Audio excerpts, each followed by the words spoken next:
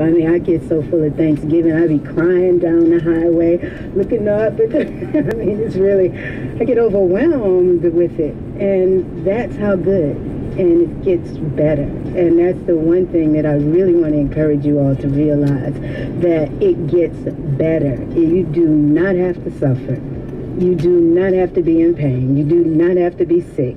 You do not have to be discouraged. You do not have to be wrong. You don't have to be in complicity and complacency with your own annihilation. You don't have to be broke. You don't have to be just over broke. You are already the greatest thing that you'll ever have, and there's nothing that you can work for, beg, borrow, still be rewarded or awarded that is greater than who and what you already are, but naked. You already represent the wealth, as well as the intelligence and the power and the peace and the poise and the prosperity of what it is to be a child of an absolute and eternal presence, or what we call the true and living God that dwells in your own body temple. I'm here to remind you. I'm here to encourage you. I'm here to make sure that you get the good news. You know, the Jehovah's Witnesses say, oh, we got the good news for you. They come to the door. I'd be like, oh, good. I got somebody I could talk to today.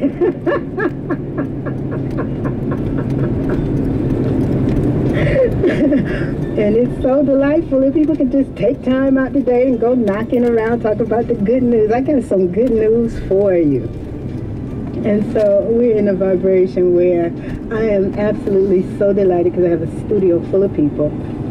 And I have one of my very, very special sisters, one of my elder special sisters, who has known me for almost 30 years. It is absolutely amazing how time has flown and our children are growing, and she just, I don't know what to say about her, but we welcome to the meeting of the Inner Circle my sister, my dear, dear sister, Nana Siti Opio. How are you? I am doing fine. I'm wonderful. Getting more wonderful as each day passes. Good. And so thankful.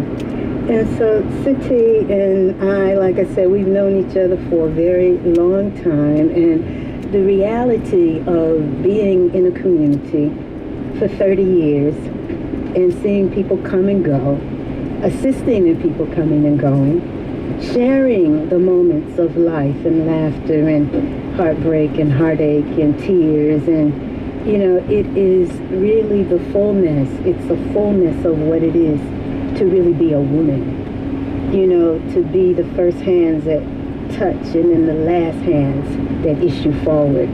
And I've been in both of those situations, as well as being the voice that people hear during their interim. That sister must be crazy. She's a little intense. She's out of her mind. I've heard it all. And I had to come to a point where I said, I heard what y'all say about me. I've been hearing what y'all say about me, but y'all can say whatever you want. You'll never be able to say I didn't hear. And so, and so Siti, talk to us about, you know, what you've come to talk to us about. And once we do that, then there's other things that we can really take it. I probably should do a series with Siti, because I'm telling you, where we are now in terms of the disconnectedness between the generations, it requires those of us who are coming into maturity and those of us who are mature, who've come to maturity. You know, you don't get to maturity just by getting older. You get to maturity as a result of consistently being successful at consistently doing what's in one's own best interest. That's how you really mature. That's right. Right? Because we know a lot of old ones that they just, right, they piled up years and years of adulteration on top of the first 21. Yes. And so we haven't done that, though. We are the ones who could say,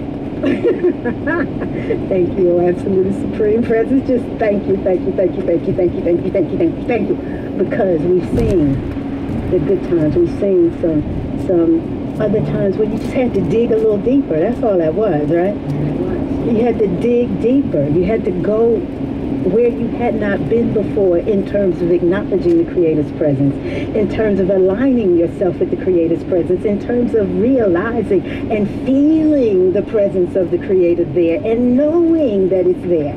You understand? That's where people are falling by the wayside, is they act like the Creator is not present. And they are missing out on such wonderness not to be able to feel that, not to be able to feel the creative presence, the energy that exists from just the vibration of saying creative presence. Right. So they are missing. And we have to kind of send some energy so they can hear. Absolutely. Yes. Absolutely. City has children and grandchildren, I'm sure now, right? Yes, grandchildren. And is a naturopath and a midwife and just a wonderful woman who has done family, she's done wife, she's done all of this thing, and she's still doing. So talk to us about some of your doings now in the community. It's like, well, when do you sit back and don't do nothing but yourself, right? That's another time and another place. Well, I'd like to start out with mentioning the African Community Center. Yes. For Self-Determination is about to unfold an appreciation banquet for 4 members, 2 that have made their transition, but 4 members who are going to be leaving the African Center. Mm-hmm. And the banquet is going to be held Friday, today, Okay. at 6 p.m. at 1669 Virginia Avenue in College Park. And the tickets are being sold if you go to www.unity4power.org/banquet. And it's a community event, and we must support. That's what we're about as a community, to support one another, organizations, individuals, and it's for a worthy cause. So I would really, ask those to come out of their pocket to assist in this fantastic banquet that they're having. Oh, very good.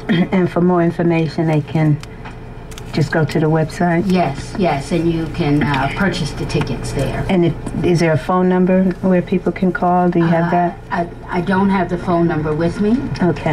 But they definitely can do that online. Okay, and we're playing PSA, so when the PSA plays again, get the number. That's a good idea. Get the number and the information. And so you've been active with the African Community Center for? Not a long time, okay, but time enough to move me in through the health and wellness think tank. Oh, very good. In the area that I work with. Yes. So that has opened doors for me, and for all of us. Healing is a part of what we do as a community. We have to heal, we assist in healing, and we're all healers in some form. And so we must utilize that. So there's another component coming through that is a directory of for the Atlanta metro area of the African holistic health practitioners. Okay. That will be published in December, and we want the community to know that this directory will be out. And there's also a call for more practitioners to go online at atlholistic.com. How is holistic being spelled? WHOLISTIC. Holistic. Very good. Yes. And that's for those two. Give us again. Okay. It's atlwholistic.com.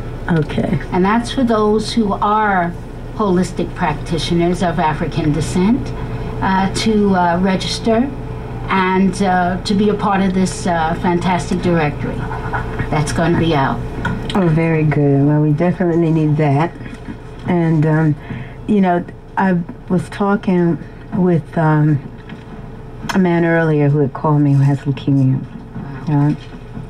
And I told him, I said, I got an idea of what he's consuming. Yes. Right? Yes. and got an idea of whether he's doing his enemas and his colon cleansing. Of course, he wasn't doing that. No. But, you know, now he's got a little bit more, but he was referred to me from Cincinnati. Wow. And so we have to realize that our works, you know, travel. People become aware of you, you know, as a result of your doing good works. You know, I've realized over the time that you have a lot of people who are in business, and we have to be discerning, you know, to understand that there's just so much you can get from people who are in business. Yes. You've got to really be able to discern their commitments. They may not say what they're really committed to right away. You may think that because they've been licensed, certified, and degreed, that they have the commitment to really being integritous and,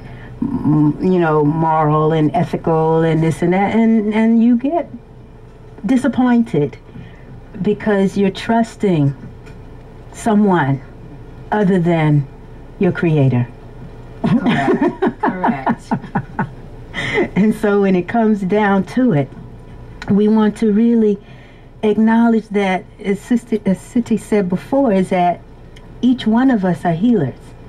It's just that we have a different capacity based on how we've made the commitment to heal. But if you've not made a commitment to heal yourself, then the reality of your being really able to facilitate someone else's healing is negligible at that point, because really what consecrates you as a healer is your having healed yourself.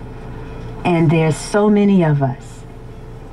You understand? I've heard so many sad stories and whatnot. Somebody calls and, you know, I'm like, okay, I've not met anybody who had the perfect childhood, who grew up with the silver spoon, the platinum spoon, the gold spoon. I mean, you know, my vibration is this. If you didn't have the platinum spoon, the gold spoon, the silver spoon, the copper spoon, the tin spoon, the nickel spoon, the wooden spoon, or the plastic spoon, you had a mouth. And you needed to open your mouth to your creator.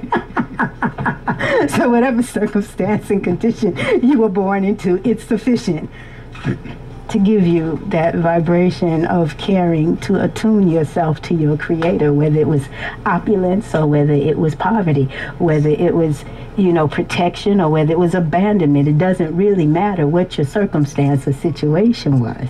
No. Everything is sufficient to inspire you to your creator.